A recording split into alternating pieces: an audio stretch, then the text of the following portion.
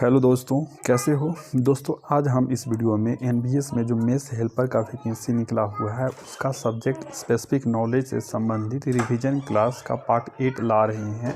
और इस वीडियो में आपको टोटल 50 एमसीक्यू क्वेश्चंस मिलेगा, ठीक है ना। और जो कि प्रीवियस ईयर्स क्वेश्चंस आए थे उसके पैटर्न पर आधारित रहेंगे, ठीक है। और इससे पहले मैंने 23 वीडियो का एक प्लेलिस्ट बनाया है, तो अगर आपने वो वीडियो नहीं देखा जो कि सब्जेक्ट स्पेसिफिक नॉलेज का है तो उसे पहले जाकर देख सकते हैं। और उसका लिंक डिस्क्रिप्शन बॉक्स में डाल दिए हैं, तो वहाँ से भी आप जाकर देख सकते हैं। और जो पीडीएफ से मैं पढ़ाता हूँ तो वो पीडीएफ टोटल 600 पेज का है। उसमें आपको बहुत सारे एमसीक्यू क्वेश्चंस मिलेंगे। और उसके अलावा जिस बुक से मैंने एमसीक्यू क्वेश्चंस कलेक्ट किया है वो बुक का पीडीएफ भी आपको मिल जाएगा, ठीक है। तो अगर आप उस पीडीएफ को परचेज करना चाहते हैं तो लिंक डिस्क्रिप्शन बॉक्स में डाल दिए, वहाँ से जाकर आप परचेज कर सकते हैं, ठीक है। और जिनके पास पैसे नहीं है, जो नहीं खरीद सकते हैं, तो उनके लिए मैं वीडियो बना रहा हूँ। तो 10-15 दिन में आपका पूरा जो पीडीएफ में जो भी नोट्स है वो पूरा आपको समझा के आपका वीडियो बना देंगे, तो आप पूरा देख सकते हैं, ठीक है। और अगर आपको किसी अन्य टॉपिक पर भी चाहिए तो आप कमेंट करके ज़रूर बताइएगा, ठीक है। तो चलिए वीडियो स्टार्ट करते हैं। तो आप यहाँ देख सकते हैं कि जो पिछले वीडियो था तो यहाँ तक पढ़ा दिए थे, और जो नेक्स्ट आपका आज 11 नंबर से स्टार्ट होगा। तो शरीर में जल संतुलन बनाए रखने के लिए कौन सा खनिज महत्वपूर्ण है, तो इसका सोडियम हो जाएगा। इसका आंसर हो जाएगा आपका सोडियम। और सोडियम का जो सिंबल होता है ये क्या होता है, तो सोडियम का सिंबल होता है Na। क्योंकि सिंबल वगैरह से भी क्वेश्चन पूछे जा सकते हैं ना। शरीर में जल संतुलन बनाने के लिए कौन सा खनिज महत्वपूर्ण है, तो सोडियम हो जाएगा, ठीक है।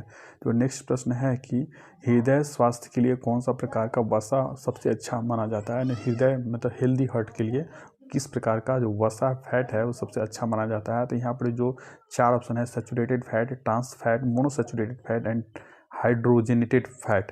तो जो मोनोसैचुरेटेड फैट है वो मतलब अच्छे हृदय के लिए, हृदय को अच्छा बनाए रखने के लिए ज़रूरत पड़ता है, ठीक ना। शरीर के विषाक्त पदार्थ यानी जो पॉइजनस जो पदार्थ होते हैं शरीर के अंदर, उसको बाहर निकालने के लिए कौन सा पेय पदार्थ अच्छा माना जाता है, ठीक ना। तो जो जल है, पानी है, वह आपके शरीर से पेय पदार्थों को मतलब विषाक्त पदार्थों को बाहर निकालने के लिए अच्छा माना जाता है। इसीलिए कोशिश करनी चाहिए कि कम से कम 4-5 लीटर आपको पानी डेली पीना चाहिए, क्योंकि अच्छे पानी पिएंगे तो विषाक्त पदार्थ शरीर से बाहर निकलते रहेंगे, आपको कोई बीमारी नहीं होगी, ठीक है। तो नेक्स्ट प्रश्न है कि विटामिन B12 का प्रमुख स्रोत कौन सा है। तो जो यहाँ ऑप्शन दिया है उसके अनुसार दूध हो जाएगा, ठीक ना, दूध। तो विटामिन B12 का अच्छा स्रोत दूध हो जाएगा। और विटामिन B12 का साइंटिफिक नेम क्या होता है, अगर आपको पता है तो कमेंट करके जरूर बताइएगा, ठीक है। जो नेक्स्ट प्रश्न है, एक मिनट, जो नेक्स्ट प्रश्न है कि किस विटामिन की कमी से स्कर्वी नामक बीमारी हो जाती है। तो विटामिन C की कमी से स्कर्वी बीमारी होती है, इसमें ओट वगैरह फट जाते हैं, ठीक है ना। और ब्लीडिंग होने लगती है, ओट में फट जाती है। और जो विटामिन C हो है खट्टे फलों वगैरह में पाया जाता है, ठीक है ना। सबसे अधिक आपका पूछा जाएगा विटामिन C किस में पाया जाता है, तो आंवला हो जाएगा, ठीक है। जो शरीर में कोशिकाओं की वृद्धि और मरम्मत के लिए कौन सा पोषक तत्व आवश्यक है, तो प्रोटीन। तो जहाँ भी आपको ग्रोथ वाला, विकास वाला, वृद्धि वाला, बॉडी बिल्डिंग इस टाइप से पूछा जाए वर्ड जहाँ भी यूज हो है, तो वहाँ पर आप प्रोटीन आँख बंद करके लगा सकते हैं, ठीक है ना। तो शरीर की वृद्धि और विकास के लिए कौन सा पोषक तत्व आवश्यक है, प्रोटीन। और मैंने पिछले वीडियो में पूछा था कि प्रोटीन की कमी से कौन सी बीमारी होती है। तो प्रोटीन की कमी से 2 बीमारी होती है। एक मरासमस करके बीमारी होती है, मरासमस, ठीक है। एक मरासमस बीमारी होती है और दूसरी होती है क्वाशियोकर, ठीक है ना। एक मिनट, दूसरी बीमारी होती है क्वाशियोकर, ठीक है ना। तो ये मैंने पिछले वीडियो में पूछा था, तो बहुत सारे एक किसी ने कमेंट किया था, तो उन्होंने बताया था कि शरीर का ग्रोथ रुक जाता है। तो ये बात सही है, ग्रोथ रुक जाता है, लेकिन जो बीमारी के नाम है वह क्वाशियोकर और मरासमस, ये 2 बीमारी होती है, ठीक है ना, प्रोटीन की कमी से। और प्रोटीन सबसे अधिक मात्रा में आपको जो भी सोयाबीन में पाया जाता है, उसके अलावा दाल वगैरह में पाया जाता है। तो कौन सा पोषक तत्व हड्डियों और दांतों के मजबूत के लिए आवश्यक, हड्डियों और दांतों को मजबूत। तो पिछला वीडियो था उसमें पूछा था हड्डियों की मजबूती के लिए कौन सा पोषक तत्व आवश्यक है, तो कैल्शियम हो गया था। अब यहाँ हड्डियों और दांत पूछा है, तो दांत के लिए भी आपका कैल्शियम इंपॉर्टेंट होता है, तो कैल्शियम हो गया, ठीक है ना। और दूध है, जो शाकाहारी लोग हैं उसके लिए दूध प्रोटीन का, कैल्शियम का बहुत अच्छा स्रोत है, ठीक है ना। फल और सब्जियों में कौन सा पोषक तत्व अधिक पाया जाता है, तो फल और सब्जियों में विटामिन अधिक मात्रा में पाया जाता है। और जो विटामिन हमारे शरीर के लिए क्यों आवश्यक है, तो शरीर को रोगों से बचाने के लिए यानी प्रतिरक्षा करने के लिए, ठीक है ना, रोगों से बचाने के लिए, ठीक है। प्रोटीन ग्रोथ के लिए, कार्बोहाइड्रेट ऊर्जा के लिए, और फाइबर क्या है, डाइजेशन में मदद करने के लिए यानी पाचन तंत्र में हेल्प करने के लिए, ठीक है ना। बच्चों के शारीरिक और मानसिक विकास के लिए कौन सा पोषक तत्व महत्वपूर्ण होता है? तो यहाँ पर इसका आंसर हो जाएगा ओमेगा 3 फैटी एसिड। जो ओमेगा 3 फैटी एसिड है वो शारीरिक और मानसिक विकास के लिए इम्पोर्टेंट होता है। अगर आपको पता है कि ओमेगा 3 फैटी एसिड का प्रमुख स्रोत कौन सा है, किससे अधिक ओमेगा 3 फैटी एसिड पाया जाता है, मिलेगा तो आप ज़रूर कमेंट करके बताइएगा कि ओमेगा 3 फैटी एसिड का प्रमुख स्रोत कौन सा है, किस खाद्य पदार्थ से ओमेगा 3 फैटी एसिड पाया जा सकता है, मतलब मिल सकते हैं, ठीक है ना, उसका अच्छा स्रोत कौन सा है, ठीक है। जो नेक्स्ट प्रश्न है, पाचन प्रक्रिया को सुचारू रखने के लिए किस पोषक तत्व का सेवन आवश्यक है? तो अभी आपको बताया था कि फाइबर है वो पाचन में मदद करता है ना, पाचन को अच्छा बनाए रखने में मदद करता है। फाइबर को हिंदी में रुक्षांश बोलते हैं। फाइबर को हिंदी में क्या बोलते हैं? रुक्षांश बोलते हैं। इंग्लिश वर्ड हो गया आपका फाइबर और हिंदी में रुक्षांश बोलते हैं, ठीक ना। तो यह अभी अब याद रख लिया, कहीं कहीं रुक्षांश अगर दे दिया तो आप घबराइएगा नहीं, फाइबर को ही रुक्षांश बोलते हैं, ठीक है ना। तो पाचन तंत्र में भोजन का पहला स्थान कौन सा है? तो मुंह हो गया। मुंह में सबसे पहले भोजन खाते हैं, वहीं से उससे छोटे छोटे टुकड़ों में दांत द्वारा किया जाता है और लार वगैरह मिलता है, तो भोजन का पहला स्थान मुंह हो जाएगा, पाचन स्टार्ट होती है। भोजन को छोटे छोटे टुकड़ों में तोड़ने की प्रक्रिया को क्या कहते हैं? तो छोटे छोटे टुकड़े में तोड़ने की प्रक्रिया को पाचन कहते हैं, क्योंकि पाचन के द्वारा जितने भी कॉम्प्लिकेटेड फूड होते हैं, कार्बोहाइड्रेट, विटामिन, प्रोटीन, उसको छोटे छोटे अणुओं में, सिंपल साधारण अणुओं में तोड़ा जाता है, ठीक है, तो पाचन हो जाएगा, ठीक है ना।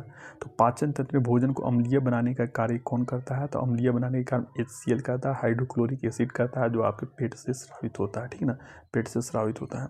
आहार नली में भोजन को आगे बढ़ाने की प्रक्रिया को क्या कहते हैं? तो पेरिस्टालसिस। तो यह जो टर्म है इसे आप याद रखिएगा, पेरिस्टालसिस। यह नया प्रश्न है और इसे मैंने इंक्लूड किया है इस वीडियो में, ठीक है ना, कि आपके एग्जाम के लिए बहुत इंपॉर्टेंट है। जो नेक्स्ट प्रश्न है कि किस अंग में पाचन एंजाइम लार के रूप में जारी होता है, यानी स्रावित होता है? तो मुंह में जो एंजाइम लार के रूप में जारी होता है, मुंह में आपका टाइलिन एंजाइम रहता है, ठीक है ना, और एमाइलेज भी, ठीक है।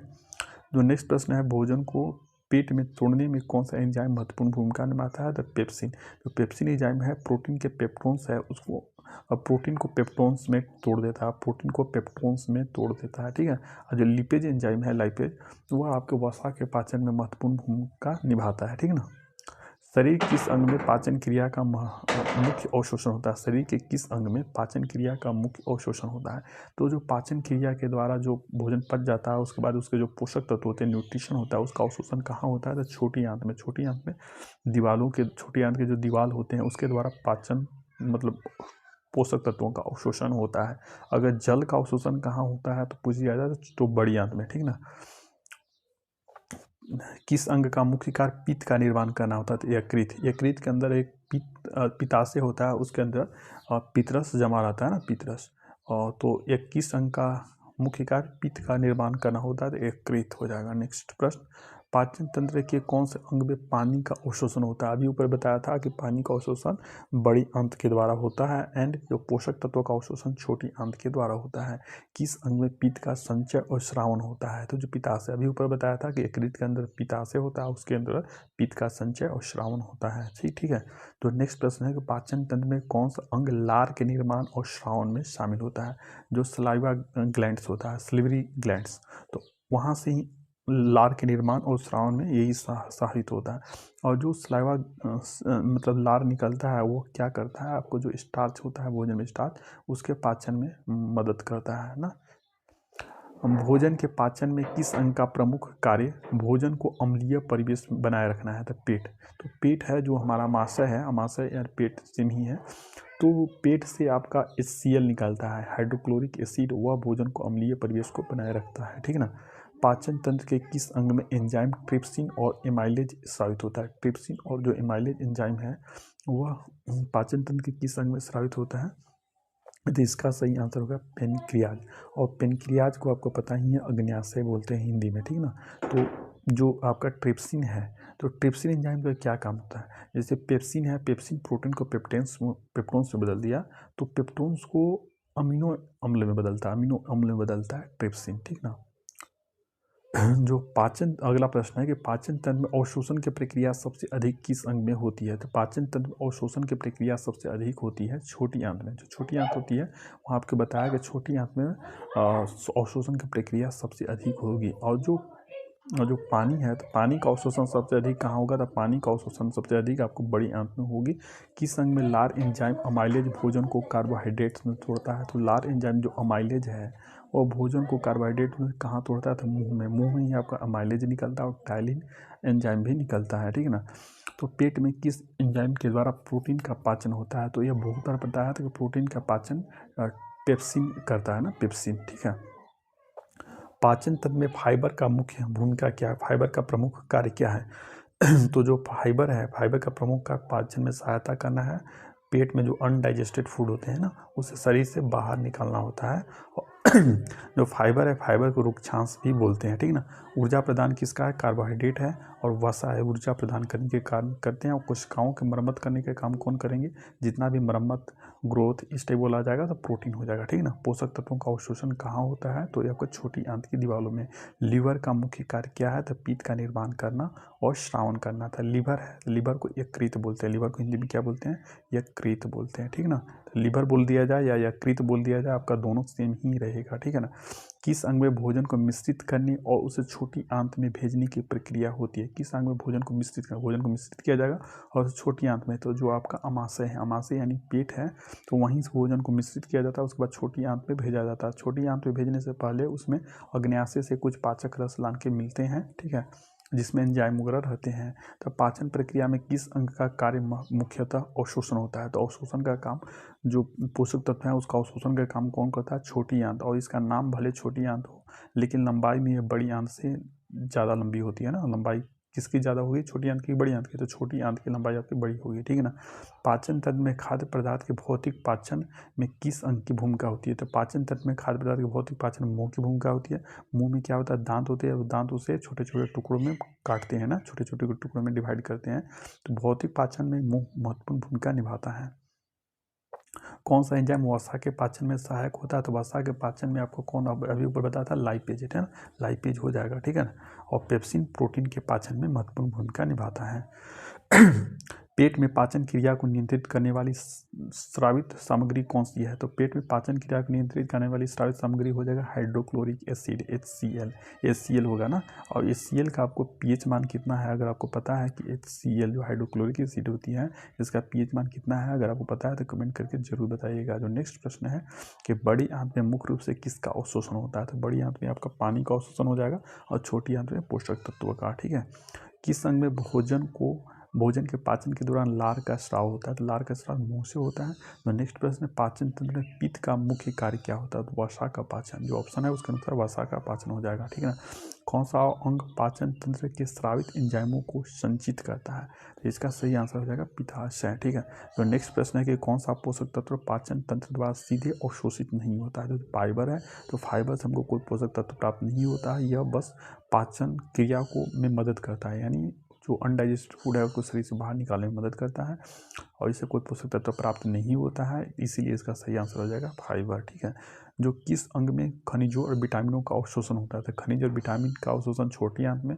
खनिज और विटामिन ही नहीं, जितने भी तरह के पोषक तत्व हैं सभी का अवशोषण आपको छोटी आंत में ही होगा, ठीक है। जो नेक्स्ट प्रश्न है भोजन के पाचन में लार के किस एंजाइम का योगदान है, तो एमाइलेज। जो भोजन के पाचन में लार में जो एमाइलेज एंजाइम है वह भोजन के पाचन में महत्वपूर्ण योगदान देता है, ठीक है। जो खासकर स्टार्च है तो स्टार्च के पाचन में महत्वपूर्ण योगदान देता है। अब जो आगे के प्रश्न हैं उसमें आपको क्या मिलेंगे कि जो Indian food and it's ingredients है ना, तो वो आपके सिलेबस का पार्ट है, तो वहाँ से आपको ये सारे नेक्स्ट जो आगे प्रश्न आ रहे हैं वो आपको मिलेंगे, ठीक है। तो भारत में किस अनाज को अन्न का राजा कहा जाता है तो जो चावल है, तो चावल को भारत में अन्न का राजा कहा जाता है, ठीक है ना। चावल को भारत में पारंपरिक रूप से किस राज्य का दाल बाटी चूरमा प्रसिद्ध व्यंजन है, तो दाल बाटी चूरमा किस राज्य का प्रसिद्ध व्यंजन है, तो इसका आंसर हो जाएगा राजस्थान। राजस्थान में दाल बाटी चूरमा प्रसिद्ध है। तो अगर आपको पता है कि दाल बाटी चूरमा की मुख्य सामग्री क्या है, किससे, इसका मुख्य इंग्रेडिएंट्स क्या है, अगर पता है किससे बनती है तो आप जरूर कमेंट करके बताइएगा, ठीक है। तो नेक्स्ट प्रश्न है भारत में किस मिठाई को राजाओं की मिठाई कहा जाता है, काजू कतली। आपको पता है काजू कतली बहुत महंगी मिलती है और इसे राजाओं की मिठाई कहा जाता है, ठीक ना। तो किस राज्य का ढोकला एक प्रसिद्ध व्यंजन है, तो ढोकला है जो गुजरात का प्रसिद्ध व्यंजन है, ठीक है ना। जलेबी, फाफड़ा, ढोकला ये सब आप देखते होंगे, तो यह सभी ढोकला आपका गुजरात का प्रसिद्ध व्यंजन है, ठीक है ना। तो आप जिस भी स्टेट से वीडियो देख रहे हैं, अगर आपको अपनी स्टेट का प्रसिद्ध व्यंजन का नाम पता है तो आप ज़रूर कमेंट करके बताइएगा कि आपके स्टेट का, अपने नाम स्टेट का नाम लिखिए, उसके आगे उस राज्य का प्रसिद्ध व्यंजन का नाम लिखिए। ठीक है, तो अगले वीडियो में उस जो भी आप लिखेंगे उसको इंक्लूड जरूर करेंगे। ठीक है। तो कौन से भारतीय चाय दुनिया भर में प्रसिद्ध है? तो दुनिया भर में भारतीय चाय दार्जिलिंग का चाय फेमस है। दार्जिलिंग का चाय बहुत अच्छी क्वालिटी की होती है। वैसे सबसे ज़्यादा चाय का उत्पादन असम में होता है, लेकिन दार्जिलिंग का चाय बहुत अच्छी क्वालिटी की होती है। ठीक है। सांभर किस दक्षिण भारतीय राज्य का मुख्य व्यंजन है? तो सांभर जो तमिलनाडु है, तमिलनाडु का मुख्य व्यंजन है। और सांभर के साथ कौन सा उसका कम्प्लीमेंट्री क्या होता है, उसके साथ क्या खाया जाता है सांभर के साथ? अगर पता है तो कमेंट करके जरूर बताइएगा। नेक्स्ट प्रश्न है कि भारत में पारंपरिक मिठाई गुलाब जामुन किससे बनाई जाती है? तो गुलाब जामुन मावा से बनाई जाती है। ठीक है। तो नेक्स्ट प्रश्न, भारत में सबसे अधिक खाया जाने वाला भोजन कौन सा है? तो रोटी। ठीक है। तो आपको लग रहा होगा कि चावल, तो चावल जो आपका जो बंगाल हो गया, पश्चिम बंगाल हो गया, और छत्तीसगढ़ हो गया, झारखंड, बिहार, उड़ीसा, इन राज्यों में चावल सबसे अधिक खाया जाता है। लेकिन अगर ओवरऑल बात किया जाए तो पूरे इंडिया में ओवरऑल रोटी सबसे अधिक खाया जाता है ना। और कौन सी भारतीय दाल को प्रोटीन का प्रमुख स्रोत माना जाता है? जो मूंग दाल है, मूंग दाल, दालों में सबसे ज़्यादा प्रोटीन मूंग दाल से प्राप्त होती है। ठीक ना। तो कौन सा भारतीय गरम मसाले का हिस्सा नहीं है? यानी 4 ऑप्शन है, उनमें से एक गरम मसाले का हिस्सा नहीं है और बाकी 3 गरम मसाले का हिस्सा है। तो जो इलायची है वो इलायची गरम मसाले में आता है, दालचीनी भी गरम मसाला में, तेज पत्ता भी गरम मसाले में आता है। जो आपका सौंफ है, सौंफ गरम मसाले में नहीं आता। ठीक है ना। तो भारत में किस राज्य का मछली करी चावल प्रमुख व्यंजन है? तो आप सभी समझ पाते हैं कि माछ भात, जो मछली करी है और चावल, यह पश्चिम बंगाल में बहुत फेमस है। पश्चिम बंगाल में बहुत खाया जाता है। ठीक है ना। तो किस मिठाई को बंगाल का रस कहा जाता है? तो बंगाल का रस रसगुल्ला को कहा जाता है ना। भारत में तंदूरी रोटी किस प्रकार के ओवन में पकाया जाता है? यानी तंदूरी रोटी है कि किस प्रकार के ओवन में पकाया जाता है, बनाया जाता है? तो ये इसका तंदूर में पकाया जाता है, माइक्रोवेव में नहीं, OTG में नहीं, सोलर कुकर में नहीं, तो इसको तंदूर में पकाया जाता है। ठीक है ना, तंदूर में। तो किस राज्य का भटूरा और छोला, यानी छोला भटूरा किस राज्य का प्रसिद्ध व्यंजन है? तो वो पंजाब का हो जाएगा। वैसे तो पूरे इंडिया में खाया जाता है, लेकिन पंजाब का प्रसिद्ध व्यंजन है। ठीक है ना। भारत में किस मिठाई को मिठाइयों का राजा कहा जाता है? तो लड्डू, लड्डू को भारत में मिठाइयों का राजा कहा जाता है। ठीक है ना। कौन सा भारतीय व्यंजन नारियल के दूध का उपयोग करता है? तो यहाँ जो 4 ऑप्शन है उसके अनुसार करी सही आंसर होता है, करी। ठीक है। चाय को किस देश से भारत में लाया गया था? तो चाय को चीन से भारत में लाया गया था, चीन से। ठीक है ना। इडली को किसके साथ सबसे अधिक खाया जाता है? तो ये सांभर के, अभी ऊपर पूछा था कि सांभर को किसके साथ सबसे अधिक खाया जाता है? तो इडली के साथ, इडली के साथ भी और डोसा के साथ भी। ठीक है ना। तो यहाँ पर आप देख सकते हैं कि यह आपका इडली और डोसा दोनों ही है। ये आपका इडली हो गया और ये आपका डोसा हो गया, दोनों के साथ ही आप सांभर देख सकते हैं खाया जाता है। ठीक है। तो नेक्स्ट प्रश्न है कि भारत के किस राज्य में लिट्टी चोखा प्रसिद्ध है? तो लिट्टी चोखा है बिहार में प्रसिद्ध है और इसका प्रमुख व्यंजन होते हैं आटा एंड सत्तू। सत्तू में बहुत सारे मसाले जैसे कि तेल, लहसुन, प्याज और धनिया पत्ता और उसको क्या बोलते हैं, मंगरेला, अजवाइन, ये सब मिला के और बहुत सारे अन्य तरह के मसाले, नींबू का रस वगैरह मिला के और उसे जो आटा होता है उसको गोल करके उसमें भर दिया जाता है और उसे आग पर पकाया जाता है और उसके साथ चोखा खाया जाता है ना। तो लिट्टी चोखा कहाँ का प्रसिद्ध व्यंजन हो जाएगा? बिहार का। ठीक है ना। तो यहाँ पर आप देख सकते हैं लिट्टी है और साथ में चोखा है। ठीक है। किस भारतीय मिठाई को केसरिया रूप में भी जाना जाता था? केसरिया रूप में किस भारतीय मिठाई को जाना जाता है? तो इसका सही आंसर होगा रबड़ी, रबड़ी हो जाएगा। ठीक है ना। बिरयानी के साथ सबसे अधिक किस प्रकार का रायता परोसा जाता है? बिरयानी के साथ सबसे अधिक किस प्रकार का रायता परोसा जाता है? तो बूंदी रायता हो जाएगा, बूंदी रायता। ठीक है ना। तो माखन का प्रमुख अवयव क्या है, यानी माखन का प्रमुख इंग्रेडिएंट्स क्या है? किससे माखन बनता है? तो मलाई से बनता है। ठीक है ना। तो किस राज्य का खिचड़ी एक पारंपरिक भोजन है? तो खिचड़ी है किस राज्य का प्रमुख व्यंजन है, पारंपरिक व्यंजन है, बहुत चाव से खाया जाता है? तो बिहार में। ठीक है ना, बिहार का। ठीक है। किस राज्य का उत्पम और दोसाई, उत्पम और दोसाई एक प्रसिद्ध व्यंजन है? तो तमिलनाडु का, तमिलनाडु का उत्पम और दोसाई प्रसिद्ध व्यंजन है। ठीक है, तमिलनाडु का। भारत में राजमा चावल किस राज्य का प्रमुख व्यंजन है? तो राजमा चावल आपका हो गया पंजाब का। ठीक है ना। कौन सा खाद्य पदार्थ मिस्सी रोटी में प्रमुखता से इस्तेमाल किया जाता है? मिस्सी रोटी है में प्रमुखता से इस्तेमाल कौन सा खाद्य पदार्थ, यानी किससे मिस्सी रोटी बनता है? तो बेसन से, बेसन से हो गया। ठीक है ना। जो नेक्स्ट प्रश्न है कि किस मिठाई में सबसे अधिक काजू का उपयोग किया जाता है? तो इसका काजू है तो काजू कतली हो जाएगा। ठीक है, काजू कतली इस राजाओं की मिठाई कहा जाता है। माखन किस राज्य का प्रमुख डेयरी उत्पाद है? तो मक्खन है, मक्खन। तो मक्खन किस राज्य का प्रमुख डेयरी उत्पाद हो जाएगा? तो पंजाब का, ठीक है ना। भारत में बड़ा पाव किस राज्य का प्रसिद्ध स्ट्रीट फूड है? तो बड़ा पाव है जो महाराष्ट्र का प्रमुख स्ट्रीट फूड है। तो यहाँ पर आप देख सकते हैं बड़ा पाव पाव भाजी मसाला वगैरह के साथ, पाव भाजी के साथ खाया जाता है, ऐसे भी खा सकते हैं, ठीक है। जो नेक्स्ट प्रश्न है कि पूरी सब्जी किस भोजन का हिस्सा है? तो पूरी सब्जी ब्रेकफास्ट में खाया जाता है, सुबह सुबह नाश्ते में खाया जाता है, ठीक है। जो नेक्स्ट प्रश्न है यहाँ पे देख सकते हैं पूरी सब्जी, ठीक है। जो नेक्स्ट प्रश्न है कौन सा भारतीय पेय गर्मियों में सबसे अधिक लोकप्रिय है? तो लस्सी गर्मियों में सबसे अधिक पिया जाता है। उसके अलावा जो क्या बोलते हैं कि नींबू पानी शरबत पिया जाता है। उसके अलावा जो सत्तू का घोल होता है, सत्तू का शरबत होता है, वो पिया जाता है, ठीक है ना। बेल होता है, बेल आप जानते होंगे, उसका शरबत भी पिया जाता है। तो इस तरह से जो भी पेय पदार्थ है इंडिया में बहुत फेमस है, ठीक है ना।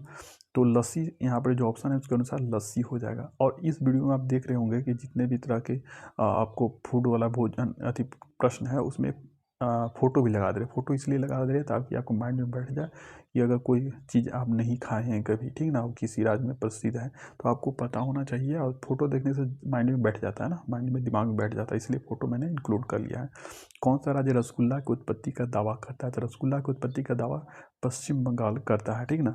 किस भारतीय मिठाई में चाशनी का उपयोग किया जाता है? जलेबी आपको पता है कि जलेबी को पहले छाना जाता है, ठीक है, उसके बाद उसको चीनी का चाशनी में डुबोया जाता है ना, उसके बाद बाहर निकाला जाता है, तो जलेबी हो जाएगा, ठीक है ना। रोगन जोश किस प्रकार का व्यंजन है? तो रोगन जोश है मांसाहारी व्यंजन है जो कि कश्मीर में फेमस है, ठीक है ना, कश्मीर में, ठीक है। किस प्रकार का चावल बिरयानी में उपयोग किया जाता है? तो बिरयानी है उसे बनाने में बासमती चावल का उपयोग किया जाता है, बासमती राइस, ठीक है ना, ठीक है। नेक्स्ट प्रश्न है कि पनीर टिक्का किस प्रकार का व्यंजन है? तो पनीर टिक्का वो ग्रिल्ड व्यंजन है, ग्रिल्ड, ठीक ना। तो यह देख सकते हैं, यह पनीर टिक्का है, ठीक ना। किस मिठाई को बनाने के लिए दूध को उबालकर गाढ़ा किया जाता है? दूध को उबालकर गाढ़ा किस मिठाई को बनाने किया जाता है? रबड़ी को। तो रबड़ी को बनाने के लिए दूध को पहले गर्म किया जाता है, उसको धीरे धीरे चलाते रहते हैं और धीरे धीरे गाढ़ा हो जाता है। उसके बाद कुछ उसमें ड्राई फ्रूट्स वगैरह डाल देते हैं, ठीक है। उसके बाद केसर वगैरह भी थोड़ा डाल सकते हैं। किस राज्य का बड़ा पाव प्रसिद्ध है? तो बड़ा पाव को अभी ऊपर बताया था कि महाराष्ट्र में फेमस है, महाराष्ट्र में, ठीक है ना। तो यहाँ देख सकते हैं ये बड़ा पाव है। साग को आमतौर पर किसके साथ परोसा जाता है? तो साग है, साग को आमतौर पर मक्के की रोटी के साथ पकाया जाता है, मक्के की रोटी। और मक्के की रोटी और साग किस राज्य का प्रमुख व्यंजन है? अगर पूछा जाए किस राज्य का प्रमुख व्यंजन है तो यह होगा पंजाब, ठीक ना। यहाँ देख सकते हैं कि मक्के की रोटी एंड सरसों की साग। किस मिठाई को बनाने में चाशनी का उपयोग किया जाता है? तो यहाँ जो ऑप्शन है उसके अनुसार रसगुल्ला हो जाएगा। रसगुल्ला को आप देखते होंगे कि चीनी की चाशनी में डुबो कर रखा जाता है, ठीक है। भारत में कौन सा मसाला सबसे ज़्यादा प्रयोग होता है? 4 ऑप्शन है, हल्दी, लाल मिर्च, जीरा एंड धनिया। तो जो ऑप्शन है उसके अनुसार हल्दी हो जाएगा, ठीक है ना, हल्दी, ठीक है ना। हल्दी आप बताइएगा कि तना है, जड़ है, फल है या फूल है। अगर पेड़ के किस पौधे के किस भाग से हल्दी प्राप्त किया जाता है? अगर पता है तो आप कमेंट करके ज़रूर बताइएगा, ठीक ना। डोसा किस प्रकार के व्यंजन है? तो डोसा पका हुआ भोजन, इस तरह के भी पूछा, तला हुआ, भुना हुआ, पका हुआ, फ्राई किया हुआ, इस तरह के प्रश्न आते हैं, ठीक ना। तो डोसा आपका पका हुआ भोजन होता है, ठीक है ना। जो किस मिठाई को दीपावली पर सबसे अधिक खाया जाता है? दीपावली पर सबसे अधिक बर्फ़ी खाया जाता है ना, जो ऑप्शन है बर्फ़ी, ठीक है ना। तो किस राज्य का सरसों का साग प्रसिद्ध व्यंजन है? सरसों का साग किस राज्य में? तभी बताया कि पंजाब में सरसों का साग और मक्के की रोटी बहुत खाया जाता है, बहुत प्रसिद्ध है, ठीक है ना। किस भारतीय व्यंजन पनीर का प्रमुखता से उपयोग होता है? पनीर बटर मसाला है तो उसमें पनीर बटर मसाला तो पनीर से ही बनेगा, तो यही इसका सही आंसर हो जाएगा, ठीक है ना। तो नेक्स्ट प्रश्न है कि किस भारतीय राज्य में सादा डोसा लोकप्रिय था? डोसा, सांभर, इडली, ये सब आपका तमिलनाडु साइड में बहुत फेमस है, तो तमिलनाडु हो जाएगा। किस प्रकार का अचार दक्षिण भारत में अधिक लोकप्रिय है? तो दक्षिण भारत में इमली होता है, टैमरिंड, उसका अचार बहुत फेमस है, ठीक है। किस मिठाई में मावा का उपयोग किया जाता है? तो यहाँ 4 ऑप्शन है, जलेबी, पेड़ा, गुलाब जामुन एंड रसगुल्ला। तो उसके अनुसार पेड़ा हो जाएगा। वैसे गुलाब जामुन भी ऑप्शन में रहे, पेड़ा नहीं रहे तो गुलाब जामुन आप टिक कर सकते हैं, ठीक है। जो नेक्स्ट प्रश्न है कि इस भारतीय व्यंजन में हरी चटनी का उपयोग किया जाता है? जो समोसा होता है, समोसा आप देख सकते हैं उसके साथ हरी चटनी, खासकर जो धनिया होता है, धनिया का चटनी उपयोग किया जाता है, ठीक है ना। किस मिठाई को पारंपरिक रूप से चांदी के वर्क से सजाया जाता है? तो काजू कतली होता है, उसके ऊपर देखते होंगे चांदी की पतली परत होती है, ठीक है ना। तो इस प्रश्न में आपने देखते अभी और बहुत सारे मेरे पास प्रश्न है। तो इस वीडियो में बस इतना ही, ठीक है। आगे के जो प्रश्न है वो आपको नेक्स्ट वीडियो में देखने को मिलेगा, ठीक है। तो अगर आपको वीडियो पसंद आया तो इसे लाइक करें, चैनल को सब्सक्राइब करें and share this video to your friends and relatives and comment करके जरूर बताना कि अगला वीडियो आपको कौन से टॉपिक पे चाहिए। कोई डाउट है तो कमेंट करके ज़रूर पूछना। और अगर PDF खरीदना चाहते हैं तो डिस्क्रिप्शन बॉक्स में लिंक दे दिए हैं, तो वहाँ से क्लिक करके आप परचेज कर सकते हैं। ठीक है, तो अगर वीडियो पसंद आया तो इसे लाइक करें। Thank you friends.